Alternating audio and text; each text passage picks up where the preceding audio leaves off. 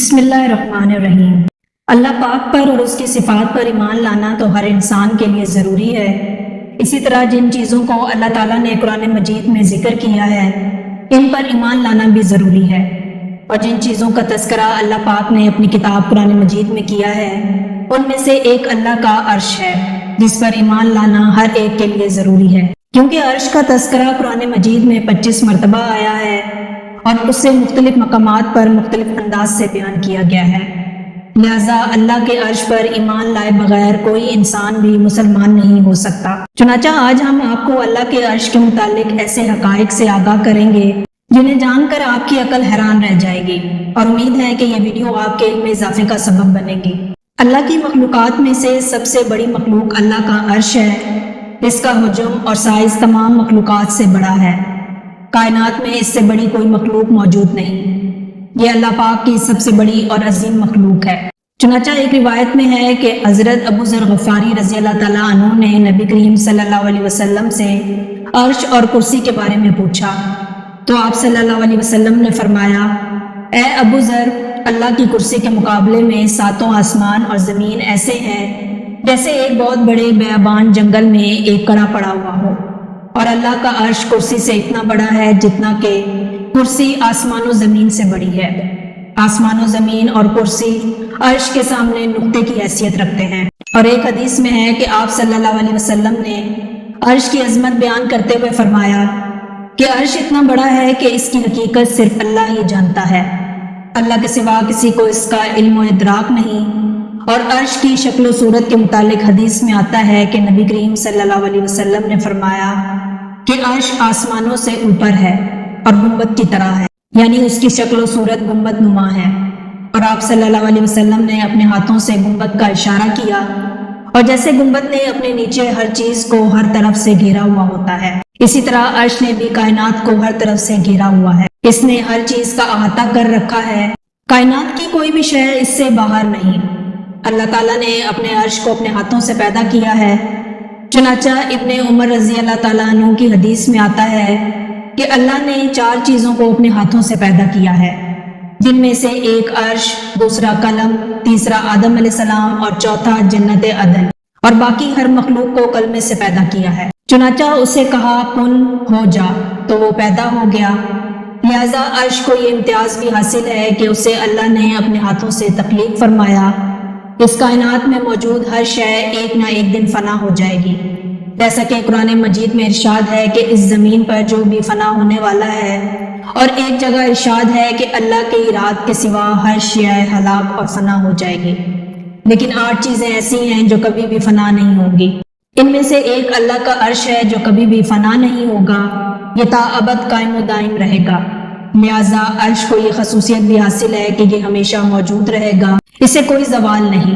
پوری امت کا اتفاق ہے کہ عرش کبھی فنا نہیں ہوگا۔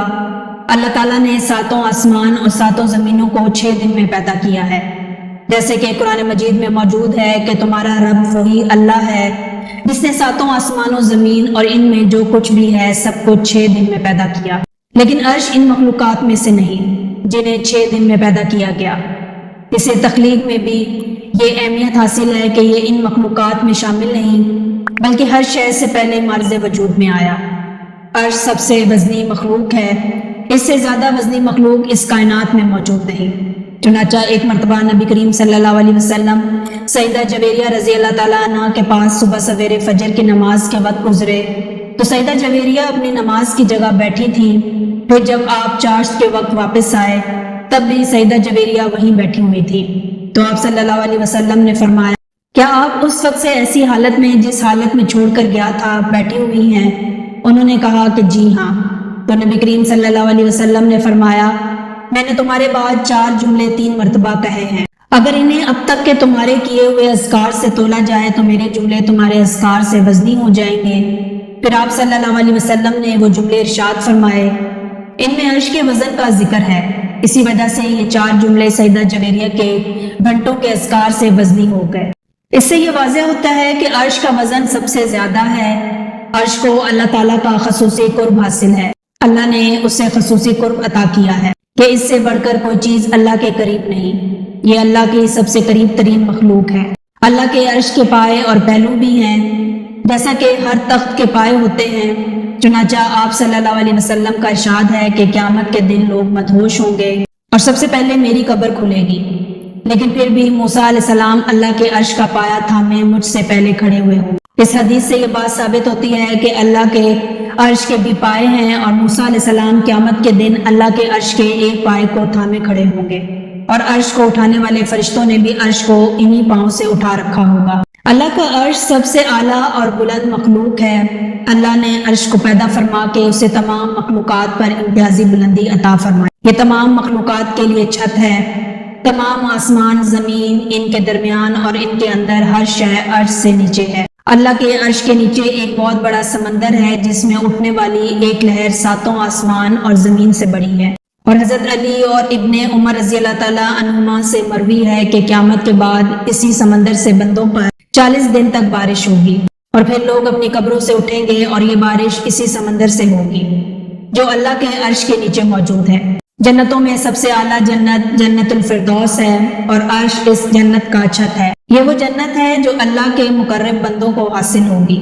چنانچہ نبی کریم صلی اللہ علیہ وسلم کا ارشاد ہے، جب تم اللہ سے جنت مانگو تو جنت الفردوس مانگو، کیونکہ یہ سب سے اعلیٰ اور افضل جنت ہے، اور اس کا چھت رحمان کا عرش ہے۔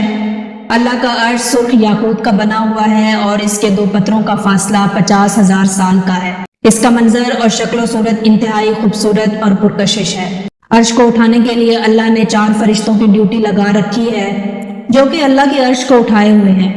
یہ فرشتے ہر وقت اللہ کی تسبیح و ثنا اور مومنوں کے لیے استغفار کرتے رہتے ہیں۔ چنانچہ ارشاد ربانی تعالیٰ ہے کہ وہ فرشتے جو اللہ کا عرش اٹھائے ہوئے ہیں وہ اللہ کی حمد و ثنا اور پاکی بیان کرتے رہتے ہیں اور مومنوں کے لیے استغفار کرتے رہتے ہیں۔ اسی طرح عرش کے گرد و پیش موجود فرشتوں کا کام صرف ذکر اور دعا ہے۔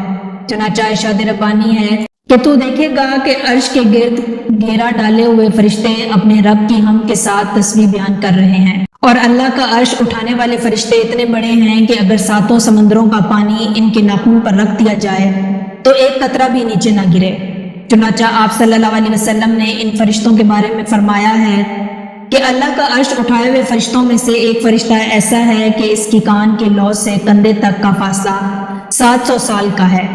جب اس فرشتے کے کان کی لو سے کندھے کا فاصلہ 700 سال کا ہے تو تصور کیجئے کہ یہ فرشتہ خود کتنا بڑا ہوگا۔ عرش کی عظمت اللہ کی عظمت کی دلیل ہے، کیونکہ مخلوق کی عظمت تو اس کے خالق کی عظمت کی دلیل ہوا کرتی ہے۔